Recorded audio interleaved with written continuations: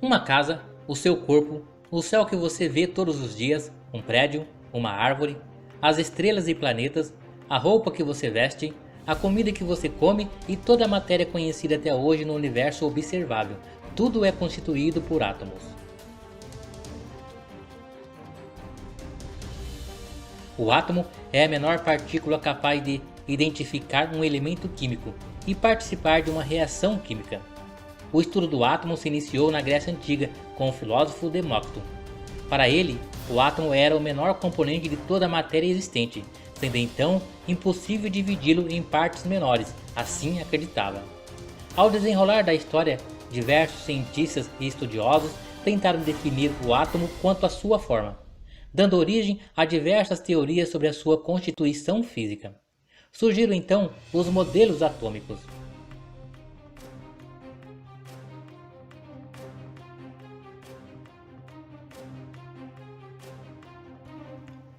Modelo de Dalton bola de bilhar, 1803.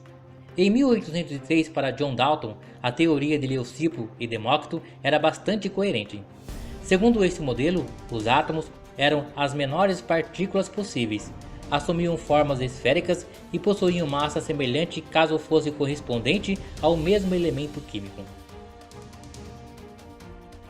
Através da descoberta do elétron, partícula constituinte do átomo, com carga elétrica negativa, o modelo de Dalton ficou defasado.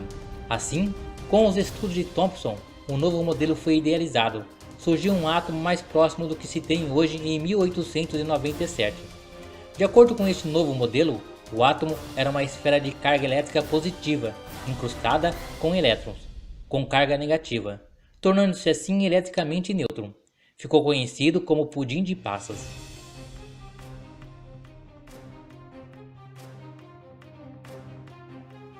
Modelo de Rutherford-Bohr, Sistema Planetário 1908-1910. Rutherford, ao bombardear partículas alfa sobre uma lâmina de ouro, percebeu que a maioria atravessava a lâmina, enquanto que uma menor parte sofria pequeno desvio e uma parte ínfima sofria grande desvio contrário à trajetória.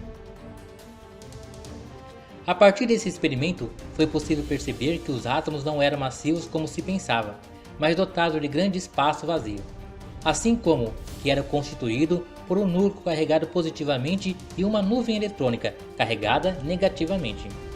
Essa nuvem eletrônica era composta por elétrons que giravam em órbita elíptica ao redor do núcleo, assim como os planetas giram ao redor do Sol.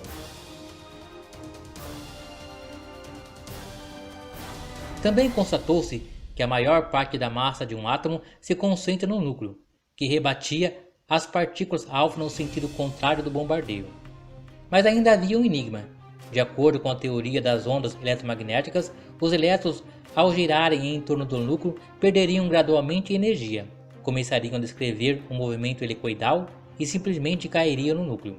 Mas, como isso pode acontecer se os átomos são estruturas estáveis?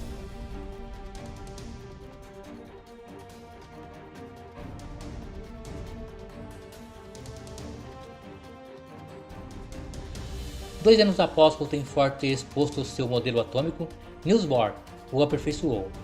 A teoria de Bohr pode ser fundamentada em três postulados. Primeiro, os elétrons descrevem ao redor do núcleo orbitais seculares com energia fixa e determinada, sendo denominados orbitais estacionários. Segundo, durante o movimento nas orbitais estacionários, os elétrons não emitem energia espontaneamente. Terceiro, quando o elétron recebe energia suficiente do meio externo, realiza um salto quântico, migra entre dois orbitais. E como tende a voltar ao orbital inicial, a energia recebida é emitida na mesma quantidade para o meio, sendo essa energia recebida e emitida, a diferença energética entre os dois orbitais.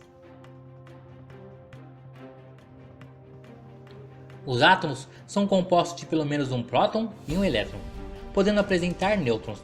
Na verdade, apenas o átomo de hidrogênio não possui nêutron, é apenas um elétron girando em torno de um próton. Os elétrons são partículas de massa muito pequena, cerca de 1840 vezes menor que a massa de um próton.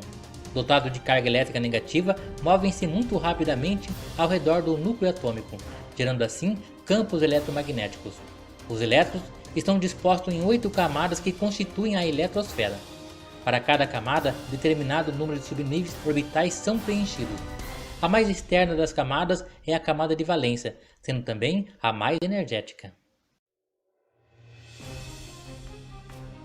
Os prótons são partículas que, junto aos nêutrons, formam o núcleo atômico. Possuem carga positiva de mesmo valor absoluto que a carga dos elétrons. Assim, um próton e um elétron tendem a se atrair eletricamente.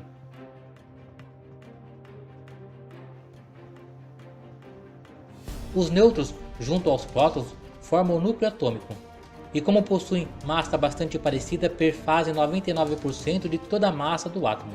Possuem carga elétrica nula, resultante das subpartículas que os compõem, e são dispostos estrategicamente no núcleo de modo a estabilizá-lo, uma vez que dois prótons repelem-se mutuamente. A adição de um nêutron, princípio da fissão nuclear, causa instabilidade elétrica e o átomo se rompe.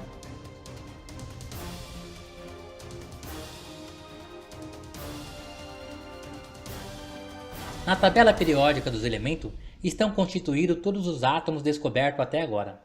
Essa tabela também descreve características fundamentais de cada átomo, como massa atômica, peso atômico e número atômico. Um exemplo que temos é o oxigênio, que tem número atômico 8, pois tem 8 prótons, pois o número atômico é contado a partir do número de prótons, e número de massa 16, pois o número de massa é a soma dos prótons e nêutrons que estão no núcleo atômico. Além disso, ele é composto também por 8 elétrons, sendo distribuído em 2 camadas, 2 elétrons na camada interna e 6 na camada externa. Os átomos se unem para formar moléculas que, por sua vez, formam as substâncias químicas. A união dos átomos se dá por atração iônica, covalência e ligação metálica. Um exemplo é a formação da substância água, que é composta por 2 átomos de hidrogênio e 1 de oxigênio. Os átomos para formar a água se ligam em uma ligação covalente, ou seja, eles compartilham elétrons da última camada.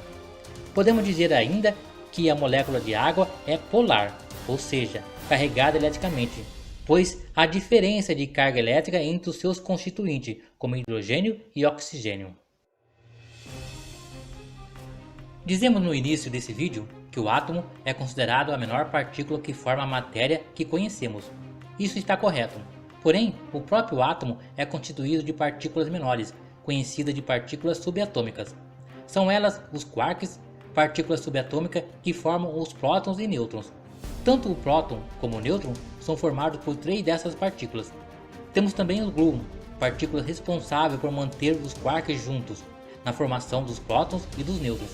Podemos ainda dizer que os gluons é responsável pela força mais poderosa do universo, a força nuclear forte, e mantém o núcleo atômico coeso.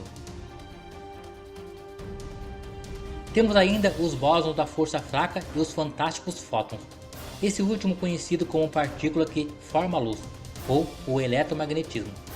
O que o fóton faz é carregar a segunda força mais poderosa do cosmos, a eletromagnética, bilhões e bilhões de vezes mais poderosa que a gravidade e apenas 100 vezes menos intensa que a nuclear forte.